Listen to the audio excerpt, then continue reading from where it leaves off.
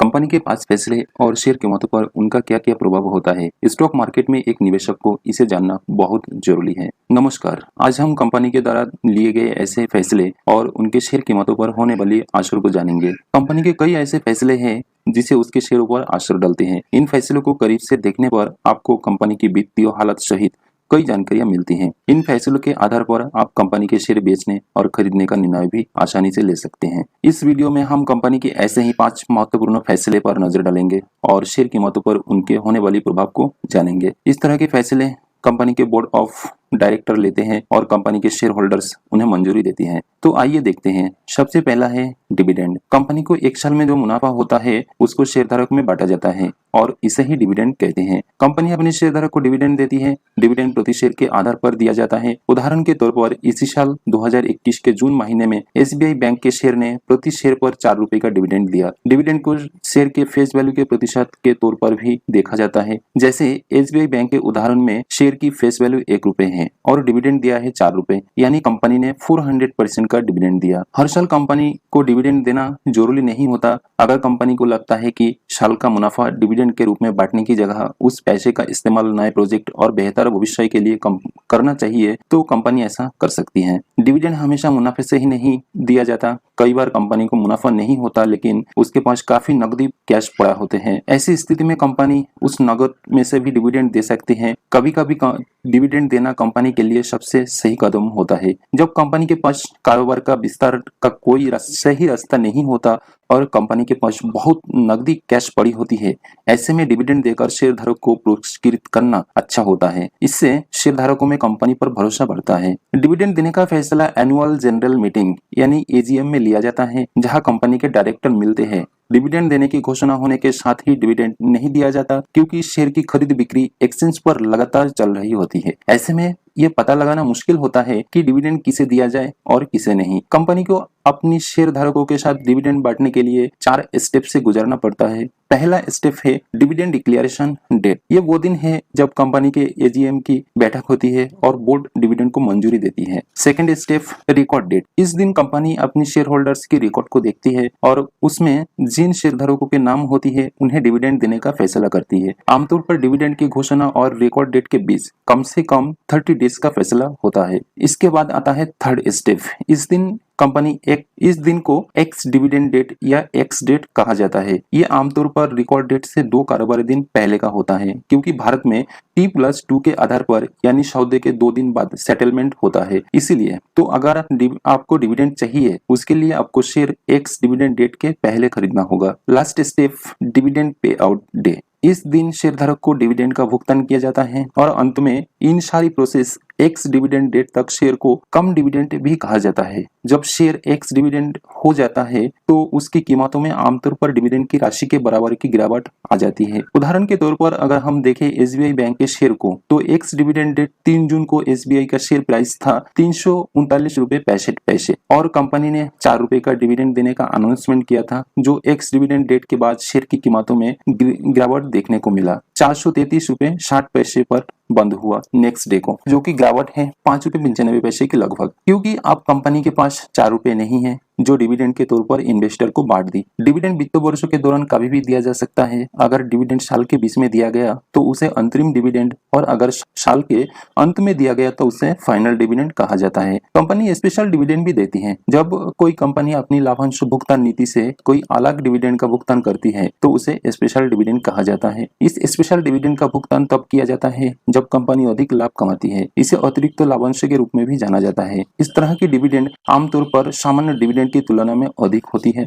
अभी हाल ही में कुछ दिन पहले हीरो मोटर कप कंपनी ने स्पेशल डिविडेंड देने का अनाउंसमेंट की थी। Number 2, bonus issue. Bonus issue एक तरह का स्टॉक डिविडेंड है जो कंपनी अपने शेयरधारक को पुरस्कृत करने के लिए देती है। इसमें कंपनी डिविडेंड की तरह पैसा नहीं बल्कि शेयर देती है। ये कंपनी शेयर अपने रिजर्व से जारी करती है। बोनस शेयर मुफ्त में दी जाती है और ये शेयरधारकों को इस आधार पर दी जाती है कि उनके पास कंपनी के कितने शेयर मौजूद है। बोनस शेयर आमतौर पर एक खास अनुपात में जारी की जाती है, जैसे कि 1:1, 2:1, 3:1 एटसेट्रा एटसेट्रा। अगर अनुपात 2:1 है तो शेयर धारकों को हर एक शेयर के बदले में 2 और शेयर मिलते हैं। मतलब कि अगर शेयर धारक के पास 100 शेयर है तो उसे 200 शेयर और मिलेंगे, कुल शेयरों की संख्या 300 हो जाएंगे। इससे शेयर होल्डर के पास शेयर तो बढ़ जाती है लेकिन उसकी निवेशित कीमतों में बढ़ोतरी नहीं होती। डिविडेंड की तरह बोनस में भी अनाउंसमेंट डेट, एक्स डेट और रिकॉर्ड डेट होती है। कंपनी शेयर में रिटेल निवेशक की भागीदारी को बढ़ाने के लिए भी बोनस इशू लाती है,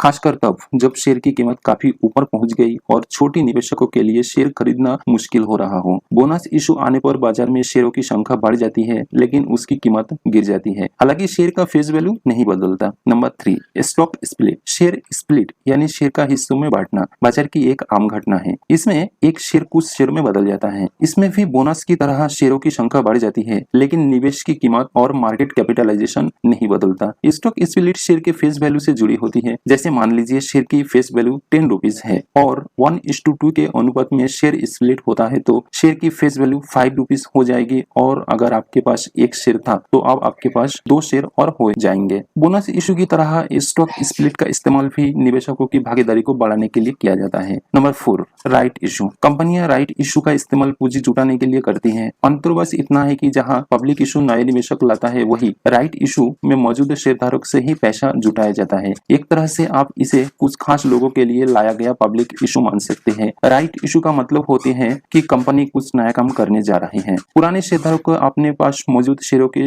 अनुपात में राइट इशू से शेयर खरीद सकते हैं। उदाहरण के तौर पर 1:4 राइट इशू का मतलब होता है कि अगर आपके पास 4 शेयर है तो आप एक और शेयर खरीद सकते हैं। एक खास बात यह है कि राइट इशू में शेयर बाजार भाव से नीचे मिलते हैं। वैसे निवेशक को केवल शेयर की कीमत पर मिल रही छूट को नहीं देखनी चाहिए। ये बोनस शेयर नहीं है, यहाँ आप शेयरों के लिए पैसे दे रहे हैं और इसीलिए आपको पैसा तभी लगाना चाहिए जब आप कंपनी के भविष्य को लेकर संतुष्ट हो। एक और बात, अगर राइट इशू के पहले बाजार में शेयर कीमत में गिरावट आ जाती है और राइट इशू की कीमत से नीचे चली जाए तो शेयर को बाजार से खरीदना ज्यादा बेहतर रहेगा। Number 5, buyback of share. Buyback में कंपनी अपने शेयर बाजार से खुद खरीद लेती है। इसे कंपनी में खुद के निवेश के तौर पर भी देखा जा सकता है। बायबैक में बाजार में कंपनी के शेयर की संख्या कम हो जाती है। इसे कॉर्पोरेट फेरबदल का भी एक तरीका माना जाता है। बायबैक की और भी बहुत सारी वजह हो सकती है, जैसे कि प्रति शेयर मुनाफा ज्यादा बढ़ना, कंपनी के प्रोमोटर का हिस्सा बढ़ाना, शेयर की कीमत में आ रही गिरावट को रोकना, किसी और के टेक ओवर यानी कब्जे करने से बचना, कंपनी को लेकर प्रोमोटर के आत्मविश्वास को दिखाना और अंत में बायबैक कंपनी के आत्मविश्वास को दिखता है। इसीलिए इसकी घोषणा से शेयर की कीमत ऊपर जाती है। मुझे उम्मीद है कि अब आप इस वीडियो को देखने के बाद किसी कंपनी द्वारा लिए गए फैसले को आसानी से समझ पाएंगे। कंपनी द्वारा लिए गए फैसले में कुछ खास बात इस प्रकार है, जैसे